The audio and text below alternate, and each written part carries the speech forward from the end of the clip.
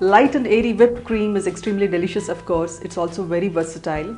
You could use it for filling and frosting your cakes and piping decorations.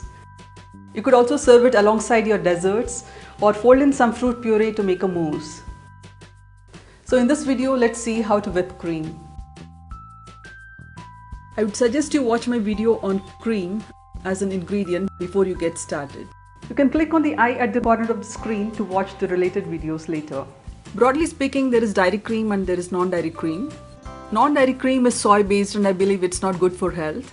And then we have these brands of dairy cream which comes in Tetra packs like Amul and Delecta. These normally have a fat percentage of about 25%. And then we have these locally available brands of dairy cream like Milky Mist. Cream with a fat percentage of about 35 to 40% is ideal for whipping, but unfortunately we do not have a lot of brands which come in Tetra packs with this fat percentage. The biggest advantage of using something like Amul in a Tetra pack is that it has a long shelf life and it will not get tangy as it sits.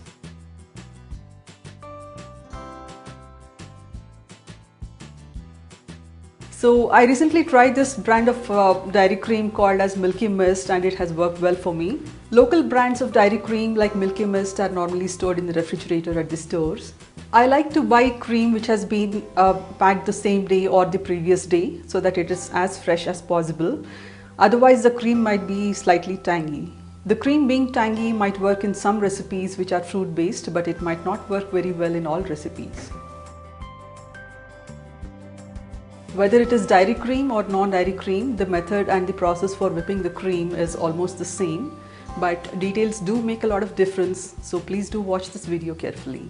Whipping cream is actually quite simple. All we need is a couple of bowls, plenty of ice, some really good cream, a hand mixer. We need 2 bowls for this, one small bowl to hold the cream, and this bowl needs to be large enough to accommodate the cream when it doubles in volume. And then we have a larger bowl here in which we are going to be putting some ice so that it surrounds the cream completely to keep it cold throughout the process. So we need a hand mixer for this. This is 300 watts. You may not be able to do this with an immersion blender or with a wire whisk. It might take a lot of time and a lot of effort also. And we need this bowl and the beaters of the hand blender to be really cold. So you can keep the beaters and this bowl in the freezer for about 15 minutes. Of course, the cream needs to be really cold, and of course you need lots of ice. So this is the consistency of the cream when you start whipping. This is about 200 ml of cream. And this bowl with the cream needs to sit on the ice directly. And now we are going to be putting this ice cubes around this bowl with the cream here. Be careful not to put the ice into the cream here. So we'll add some sugar to the cream now. I'm using caster sugar. If you use powdered sugar, it might clump up, and some vanilla. You could of course flavor it with coffee or rum or anything you wish. Once I get all this ready, I'm going to be taking my beaters out of the freezer and then we'll start whipping the cream. And so we're going to be whipping the cream on the lowest speed because with this particular brand of cream, I have found that it works best when I whip it on the lowest speed.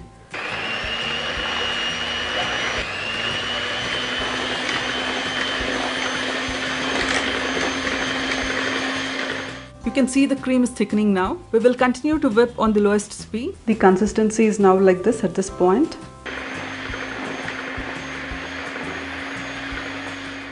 At this point, you can see faint marks of the beater on the cream here. And now you can see that the cream has formed soft peaks. We need this to go to the stiff peak consistency. We need to whip this a little longer. And again, I'm going to be maintaining the same speed. I'll be whipping on low speed throughout the process.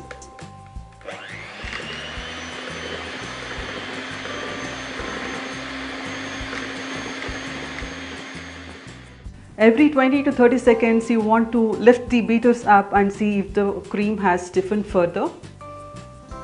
The cream is fairly stiff now, just a few more seconds. I do not want to push my luck too hard.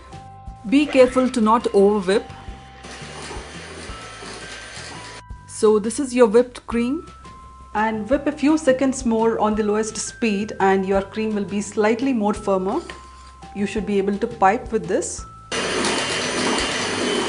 And now you can see that the cream has almost doubled in volume. And if you do over-whip the cream, try folding in a tablespoon of really cold cream into the whipped cream. You might be able to salvage it. So once you whip the cream, cover it with cling film and then keep it in the refrigerator. Try to use it the same day or the next day at the most, otherwise it might get tangier. Now you can use this cream to serve alongside your cake, or you could use it for piping on your cake.